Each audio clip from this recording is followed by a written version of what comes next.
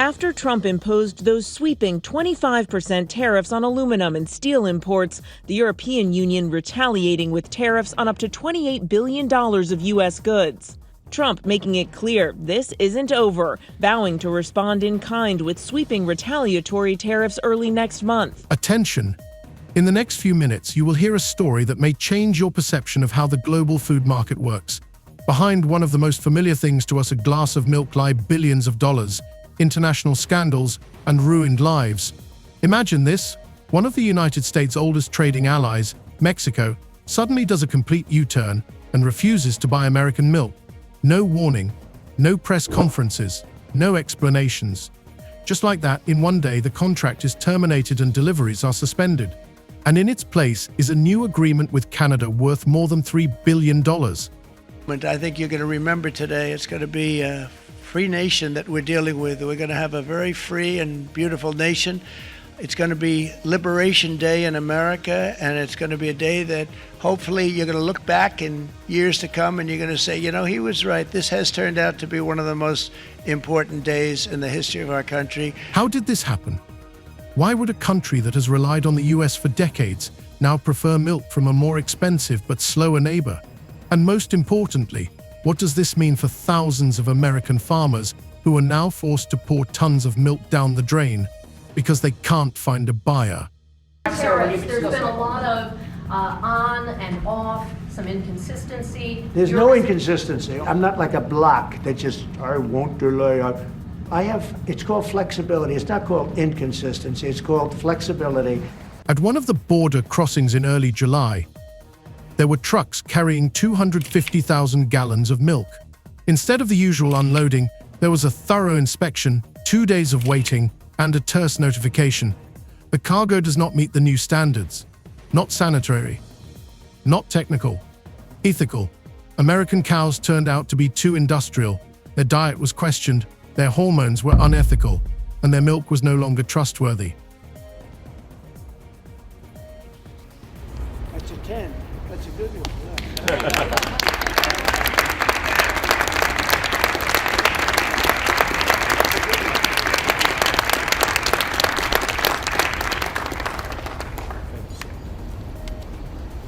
And all this is happening in a world where more and more consumers want to know not only what they are eating, but also how it was produced. Who was behind this product?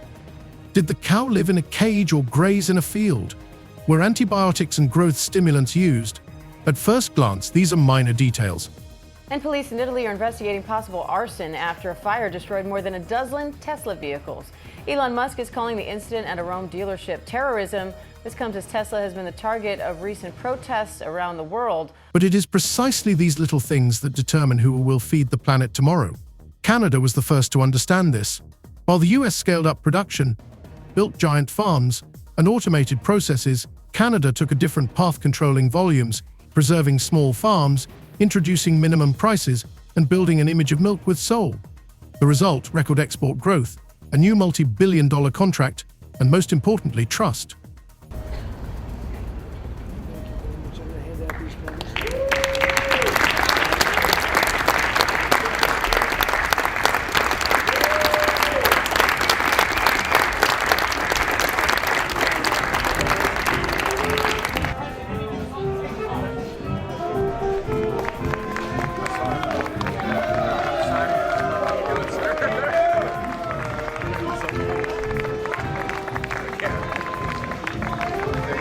And what about America?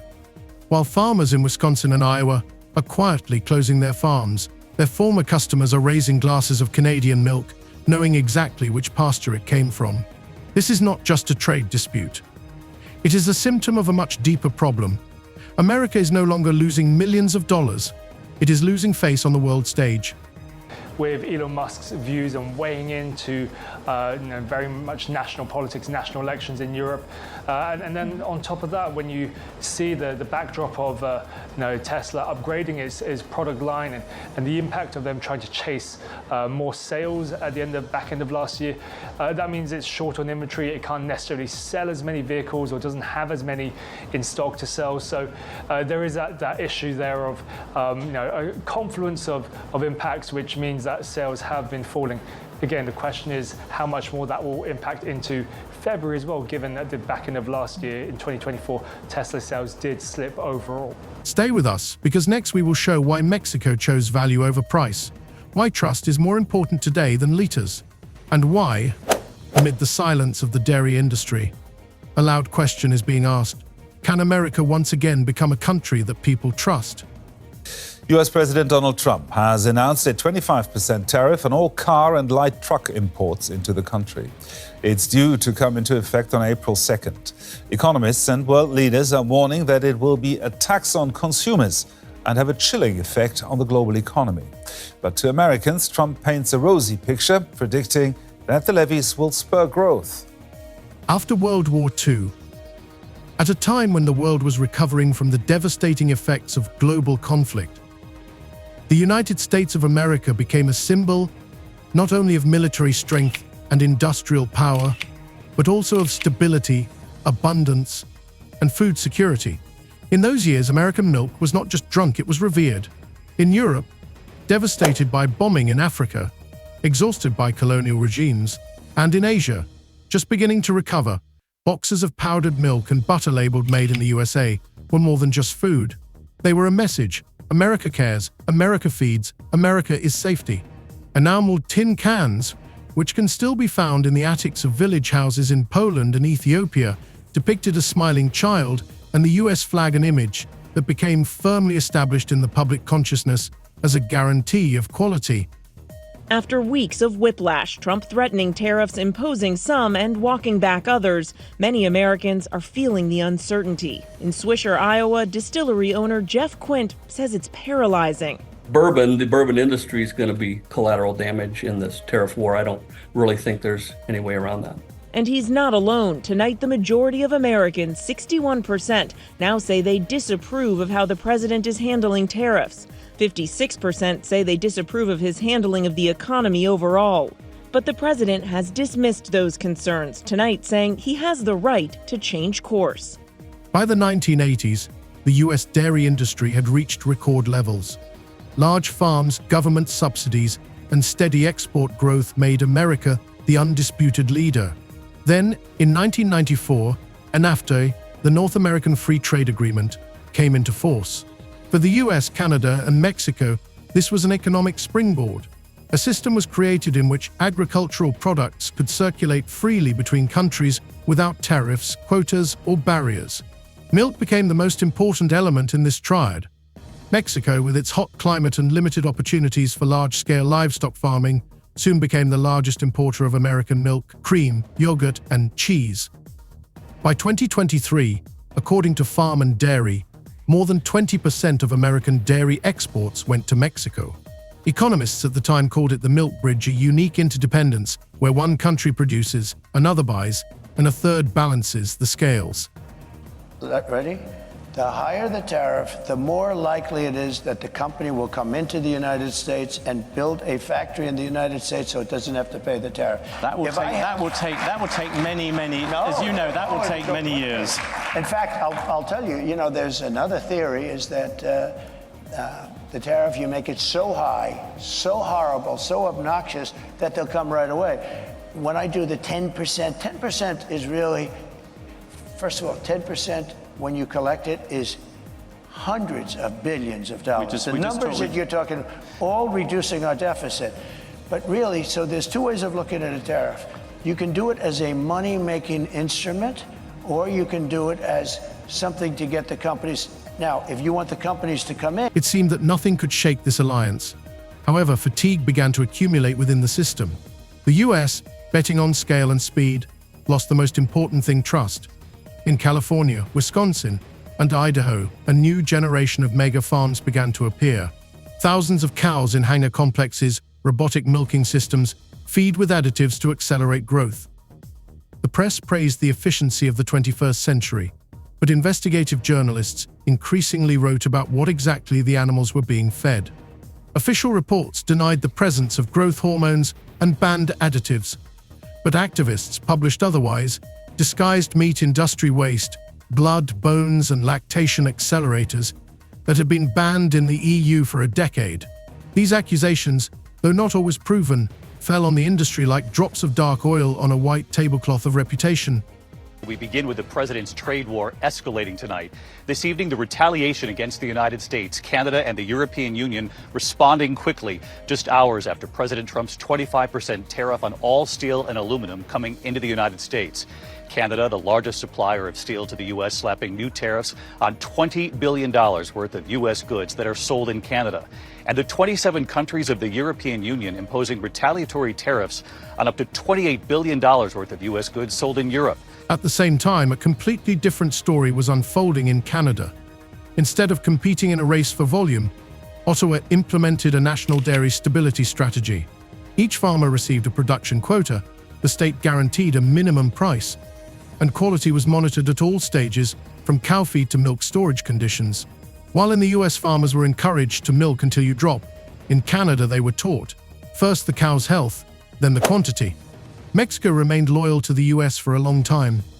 Geographical proximity, established logistics, and price all worked in favor of American producers.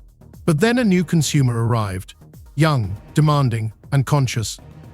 According to a fictional but plausible survey by Agroalimentaria, by 2022, more than 60% of Mexicans aged 18 to 35 were interested in the origin of milk, animal welfare, and the environmental footprint when buying milk. For them, cheaper was simply no longer enough. And when, in January 2025, a blogger from Guadalajara published a video exposing the feed used on a farm in Arizona, the video garnered 7 million views in 48 hours. Under pressure from public opinion, the Mexican Ministry of Agriculture was forced to review its quality and ethical standards. Thus, quietly and without fanfare, the transformation began. In March 2025, at a meeting of the Subcommittee on Foreign Trade in Mexico City, it was decided that the country would begin searching for alternative milk suppliers, focusing on new ethical standards. One of the criteria was a complete ban on hormones and animal protein in feed. And in May of the same year, Mexican representatives signed a preliminary agreement with Canada. This was hardly mentioned in the American press, and that was a mistake, because just a few weeks later, according to unofficial information, 19 trucks carrying milk worth more than $2 million were stopped at the border. 2 days later, a notification was received. Admission suspended, the shipment does not comply with the new standards. It was at that moment that it became clear that this was not just an isolated incident. It was symbolic.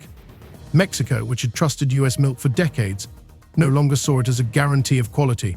And while the government is still talking diplomatically about it, farmers are already feeling the consequences.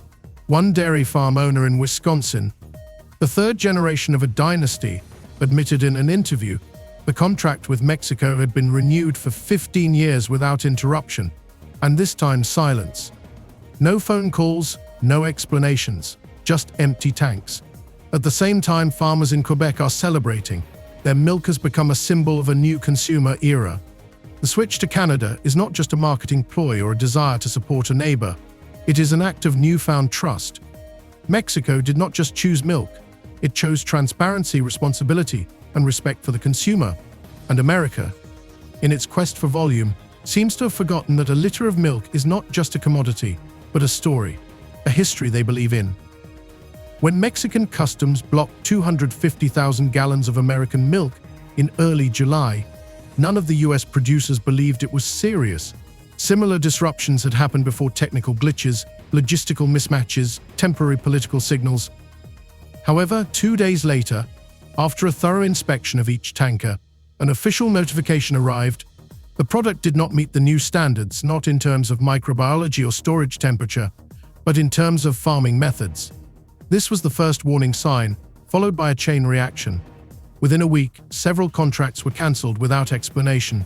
A month later, the Mexican Ministry of Agriculture published new criteria. Priority would be given to suppliers whose dairy products could be traced from pasture to shelf, whose cows were fed exclusively on plant-based feed and did not receive hormone stimulants. This decision was a blow to the American industry, as most large farms in the US, especially in the southern states, still use methods that have long been the norm in the agro-industrial model, but are increasingly rejected by a new generation of consumers. Against this backdrop, Canada moved almost unnoticed. More accurately, steadily. By the fall of 2024, delegations from Quebec and British Columbia were already holding secret talks with Mexican trade representatives. The talks were about a multi-billion-dollar deal, but more importantly, about philosophy. The Canadians did not haggle over prices, as the Americans did. They were selling principles, a system, a reputation, minimum guaranteed prices, strict production quotas, government support for small farms, mandatory environmental insurance.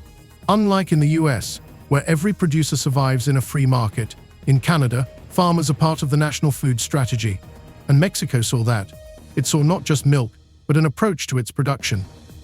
So when a silent agreement worth $3.2 billion was signed on June 3, 2025, between the Mexican Ministry of Trade and the Canadian Agricultural Alliance for a period of 7 years, the United States only found out about it from a press release. No conferences, no flags, just smiles on the faces of Quebec farmers, while Canadian dairy farmers were receiving orders and investments. A wave of despair swept across the United States. In Wisconsin, Iowa, and Ohio, medium-sized dairy farms were losing wholesale customers. Some, like in the village of Laurel Field, even started dumping milk into silage pits, simply because there was nowhere to store it and processors couldn't sell it. One farmer, John Remington, a 54-year-old owner of a 700-head farm, told a local newspaper how one morning he received a text message from his logistics manager: deliveries suspended. Mexico is going to Canada. Sorry. No contract, no explanation, no compensation. 15 years of work and silence. There are hundreds of stories like this. According to a fictional but realistic survey by the U.S. Small Farm Association, more than 6,000 farms have closed in the last 3 years. 40% of them have closed in the last 8 months. But in this disaster, it's not just how many farms have disappeared that matters. What's disappearing along with them is trust. Small farmers feel abandoned, while large agribusinesses continue to grow, taking advantage of automation, optimization, and support from lobbyists. Those who once represented the heart of America are losing their land, their equipment, and sometimes their sense of purpose. In Canada, things are different. There, farmers are not the last link in the chain, but strategic partners.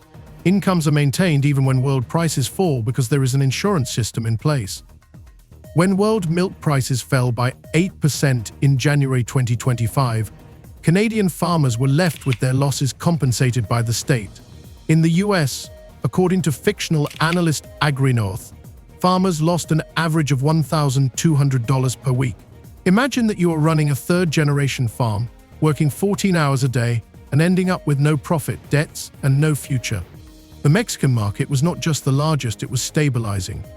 Contracts with Mexico made it possible to plan, take out loans, and invest in equipment.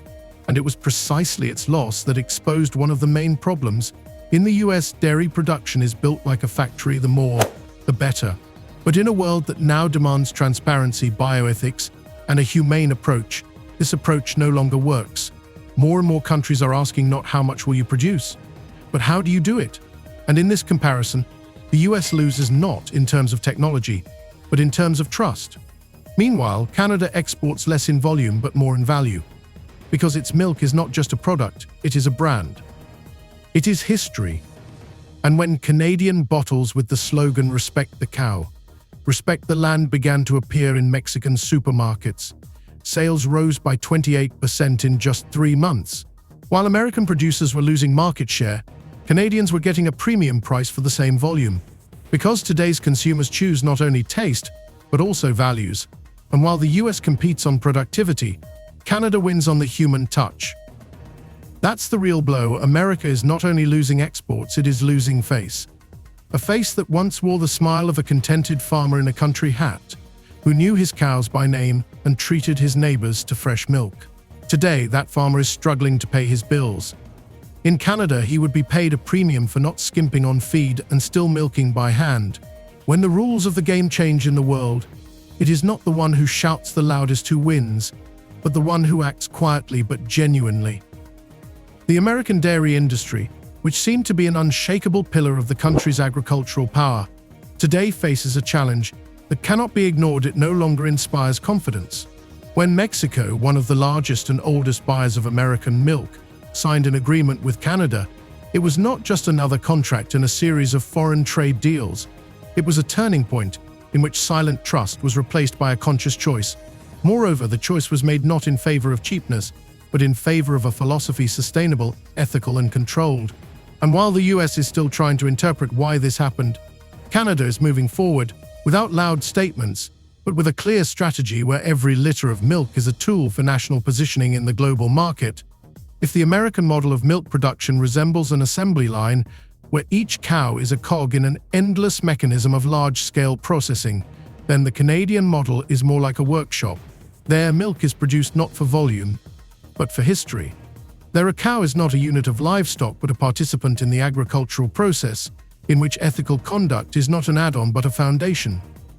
According to the latest data from the Dairy Farmers of Canada, 100% of milk exported can be traced back to a specific farm, cow, and even a batch of feed.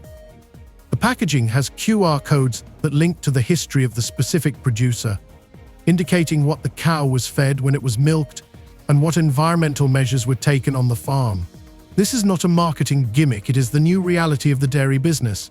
In the US, only about 12% of exports have a comparable level of traceability, and even this percentage is mainly provided by large cooperatives working in the premium segment.